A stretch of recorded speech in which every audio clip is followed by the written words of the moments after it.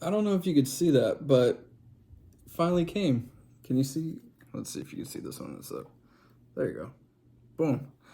I don't know if you guys had saw the video, but I actually bought this cup. Bought this cup with Dogecoin, and it finally got here in the mail. So I'm pretty excited. Happy Monday. Like always, thank you for coming back with Stock Talk with Erik Anthony. I have a pretty good and eventful show for you guys today. I want to hop into some news regarding the shareholder meeting for all my ALPP investors out there. I have some updates regarding Drum Deck, some of our performance regarding some of our batteries from ElecJet. I have an update on a pretty big sale for Desktop Metal, and I just want to review some price action regarding ADA. I don't know how your guys' weekend went. I was actually out of town, so I had taken the day off on Friday, and I had to go get some clothes for the weekend. I had a little conference over out in Vegas, but before I had taken the trip, after the shareholder meeting, I went to go get my eyebrows done, and I wanted to take my son so he can go see what that's all about. So it was pretty funny to see his reaction to seeing me get that done. After that, we went out to the park, had some fun, and then we got to let him try his first Jamba Juice, which was pretty exciting because he loves his fruits and veggies, but he hasn't really had a smoothie in that way besides the little pouches. So I don't know, for all my parents out there, it's kind of cool to kind of see your kid do those first things of the things that you enjoy the most. That was my Friday. Like I said before, on Saturday I took a flight over to Vegas. It's always interesting the people that you sit by on a plane. I was actually sitting next to a kid who was like a savant when it came to a Rubik's Cube. Little did he know that I too can do a Rubik's Cube pretty fast. So on the flight, him and I were just kind of nerding out, and it was pretty fun. I don't know how our paths crossed, but it was actually a fun trip. The conference took place, like I said before, out in Vegas, and then we got to have a good time over at Topgolf. And then after that, made my way back. By the way, I finally got my name on Twitter, which is pretty exciting. I had to wait for a while for that. I don't know. I guess there's a bunch of Erik Anthonys out there, but I finally got mine. So if you guys look here, this is my new handle. It's no longer Nero's Fiddle. I now have _ Erik Anthony. So go ahead and follow me over there. But like I said, if you guys have been following me on Twitter, you would know that my plane was delayed on my flight back, which caused me to delay this video. Either way, made it, and I'm here now. Let's hop into some of the exciting things that took place with ALPP. Okay, so I know for a lot of us, I'm sure you guys have been able to get through some of the slides. There are many slides during the shareholder meeting. They said there was about 500 people that joined. So this video will be hopefully for a point of reference for anyone that's new to ALPP, but more importantly to those who just weren't able to make it. Let's check out some of the highlights that came from this shareholder meeting. ALPP in the year 2021 had made 6 acquisitions, and those acquisitions were Vayu, DTI, Alt Labs, Identified Tech, ElecJet, and RCA. Fun fact, one of the first jobs I've ever had when I came up to the Bay Area for school, I used to work at Radio Shack. And one of the first modules that you have to do after you get hired on at Radio Shack is you have to sell batteries. And the #1 battery supplier that we sold was RCA. So it's kind of funny to just kind of see things come back full circle, because after Radio Shack closed, I never thought I would be ever hearing about RCA ever again. And now look at where we're at. But anyway, just want to give you guys that fun fact. If you guys in the comments below, let me know what your guys' first job was. You know, ironically, I had 2 first jobs at the same time. My first job was Savers. I was the guy that when you would drop off stuff at Savers, it would be up to me to figure out whether it was something we can sell or it was trash. And mind you, a lot of stuff that came through Savers was trash. And then after Savers, I would go over to Radio Shack, and then I would sell batteries and blank CDs like you had no idea.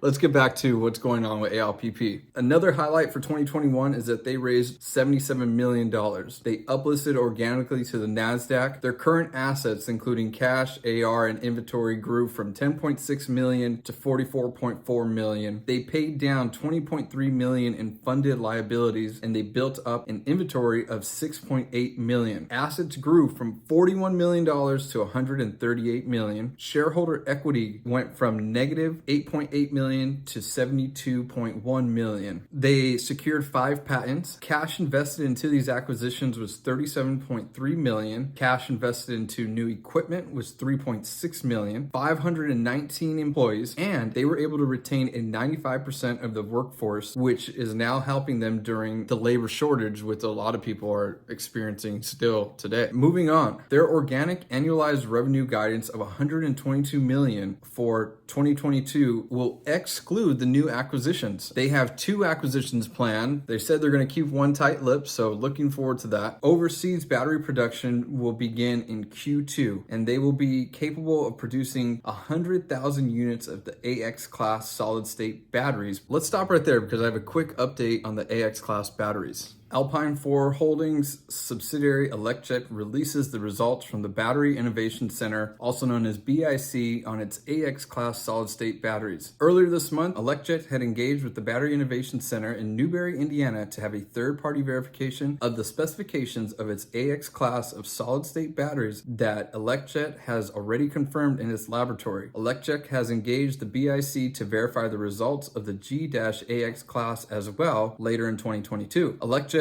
engaged the BIC to perform several types of testing, from verification of its charge capabilities to energy density and power density to induced failure point testing. They had the nail puncture test, the fold crumble test, and the thermal heat test. And if you want the results to this, I will put the link below so you guys can see the results. Let's get back to some of the ALPP highlights from the shareholder meeting. They have now narrowed down the 4 cities on which of these will be the selection for their solid state battery factory, and that will be determined in Q3 of 2022. So very exciting to see where they select. The 4 options: Phoenix, Indianapolis, Tucson, and Houston. Let me know in the comments below if any of you guys are from any of those cities or in some of the states where those cities belong to. Bayou production facility was completed in Q1 2022. It's capable of producing 10 G1s per month. The US-2 is currently in prototype phase, and it will be ready to begin production by the end of 2022 and will be powered by solid state batteries and or graphene lithium battery cells. Drone sales have begun and are expected to increase quarter over quarter for the rest of the year. That's huge, because I know for a lot of us long-term shareholders, we're wondering, when are we going to get some information on drone sales? So looking forward to Q2, Q3 financials so that we can finally hear and see what's on the books for some of these sales. The R&D development will increase by over 300% in 2022, and between 2022 and 2023, they will have 81 new patents to be filed. In regard to 2022 revenue guidance from a contract manufacturing, which includes alternative labs and quality circuit assembly, the 2022 revenue projected will be at $36 million. For defensive contracting, so the Department of Defense and the Department of State, specifically with thermodynamics, they have a projected revenue for 2022 of $14 million. In regard to aerospace, that projected revenue will be at $4.2 million. Okay, so in regard to technology, so that's RCA Commercial and ElecJet, that 2022 revenue projected will be at $52 million. And then in regard to construction services, so specifically the Morris Sheet Metal and Excel, that 2022 revenue projected will be $16 million. These are the questions that were asked. Why have there been no drone sales? And we kind of touched on that. They just wanted to make sure that they had their whole manufacturing process down before they even began moving forward with anything, so that everything was American based. What happened to the world record?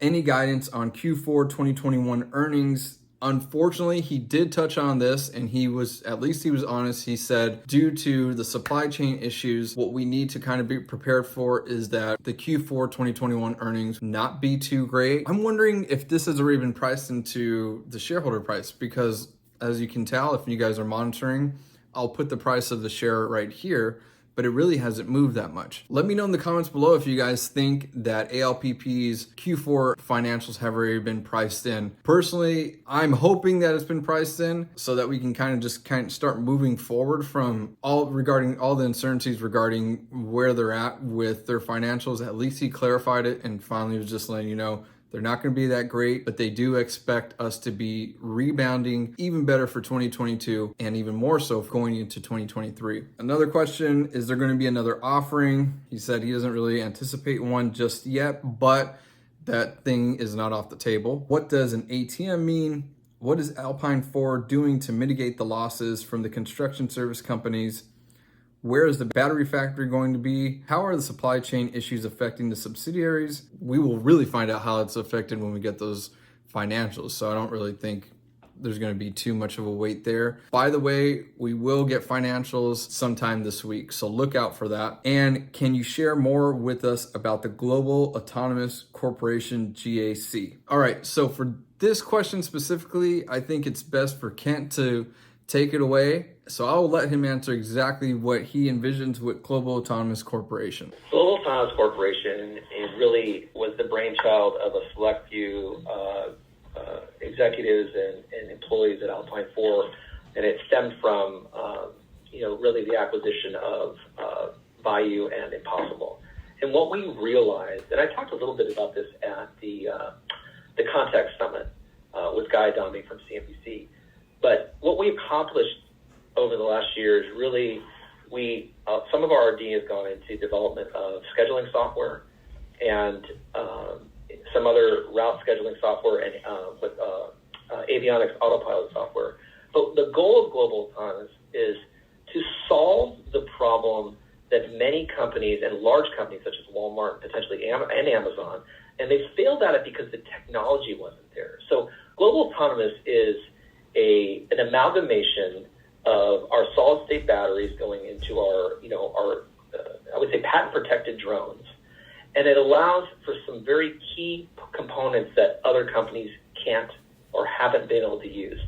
And what that is the electrification of flight will allow Global Autonomous to do several things that competitors haven't. Global Autonomous is a company that is going to use a mesh network of kiosk stations down around a urban area to be able to fly drones to land on it and deliver a package and then deliver that autonomously. If you look at some of our partnership relationships, even Drone Deck, we have been actively working with them to help solidify things within the GAC network. But the reality is this, that is a huge opportunity for this company, using some of our most robust technologies to allow a company to solve a solution in a $100 billion industry, and that will be a very pivotal investment for this company over the next 1, 2, 5, and 20 years. And what you're going to see from that, and I hope this goes to show you how much we think about our shareholders, Global Autonomous was designed not only to solve that problem, but to be spun out into its own public entity.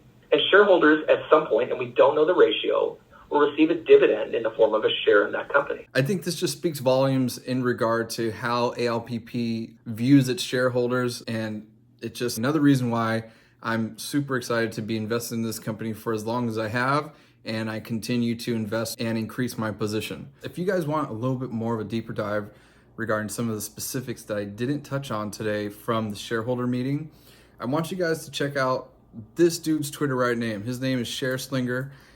This dude right here has more than I don't even know how he does it, but he has the most up-to-date information regarding ALPP. Him, Chaka, Lynn, James, all these guys out there are always on top of it regarding ALPP news. Without them, I swear some of the information that I would be able to present to you wouldn't even be possible. So in the links below, I'm going to put the links to all their Twitters. You're going to probably see it on the screen here, here, here, and here. I think it's important to always shout out to the people that have helped us, because at the end of the day, collaboration always is better than competition. And again, just special thanks to those guys out there for doing their due diligence and always bringing to the table up-to-date information regarding ALPP, not only for the Twitter community, but the entire ALPP community as a whole. Look out this week, and as we find out what those financials are, I will go through them, and I'm more than excited to see what happens in the future, especially with some of these new deals Speaking of new deals, check out this news that we just heard today from Drone Deck. Packages make it to their correct GPS verified delivery locations on the first attempt when they are delivered to a drone deck. Again, it's just a subtle announcement, but you much rather hear that it's successful than a failure, right? But yeah, so that just wraps up with ALPP, and let's move on to some news regarding desktop metal. Kimura Foundry Group purchases its 10th desktop metal sand binder jet additive manufacturing system. In case you guys are wondering what the Kimura Foundry Group is, let me give you a quick rundown on who they are. They are headquartered in Japan. Kimura Foundry Group is one of the largest independent full-service manufacturers of iron, steel, and specialty alloy castings.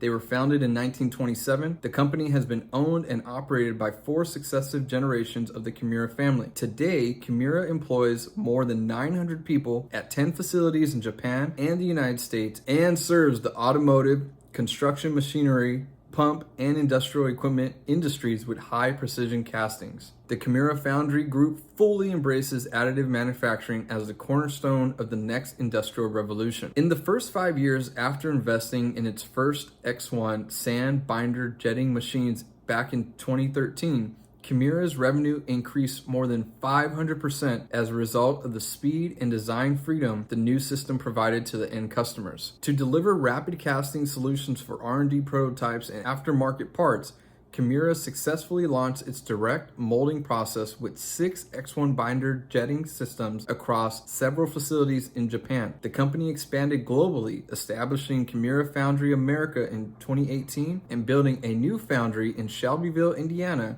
around the X1 sand binder jetting process. Traditional casting processes require waiting almost 40 days for tooling. Today, with the ability to offer end-to-end rapid prototyping and in-house, Kimura 3D printing molds and cores in patent ceramic sand can produce prototype castings within 5 days. The new S-Max system is set to be installed this year. It will be the 3rd S-Max platform printer in the United States and the 10th X1 sand binder jetting system for the company globally. For production flexibility, Kimura Foundry America also owns an X1S print with the phenolic binder to process specialty castings with high temperature alloys. The X1 digital casting solutions have leveraged proprietary sand binder jetting technology to successfully create metal casting tooling for more than 20 years. The S-Max platform, which delivers high quality and speeds for batch and serial production, has been trusted by foundries for over a decade.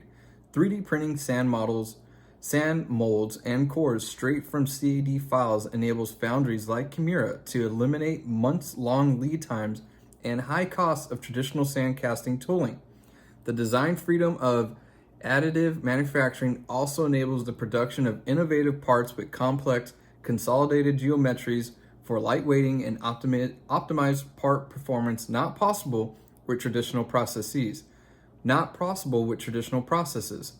3D printing complex cores as one part also eliminates the assembly of multiple components with traditionally produced cores, which is time-consuming, labor-intensive, and often results in scrap and quality challenges. X1 will be displaying the benefits of its digital casting solutions for foundry core and mold production at North America's largest metal casting event. And again, that casting event will take place on April 23rd to April 26th, and it will be in Columbus, Ohio. At the time of this recording, desktop metal is up just under 4% off of this news. I know today, like I had said earlier, the market has been kind of choppy. If you guys have been watching it, the start of the day, everything was pretty low. The VIX was as high as 23, but now the market has seemed to turn around. Let's see if it can hold on, but either way, it seems that this news has been favorable to the desktop metal share price. Speaking of the market, one of the biggest things I wanted you guys to see is Tesla. Tesla will ask shareholders to vote at this year's annual meeting to authorize additional shares in order to enable a stock split.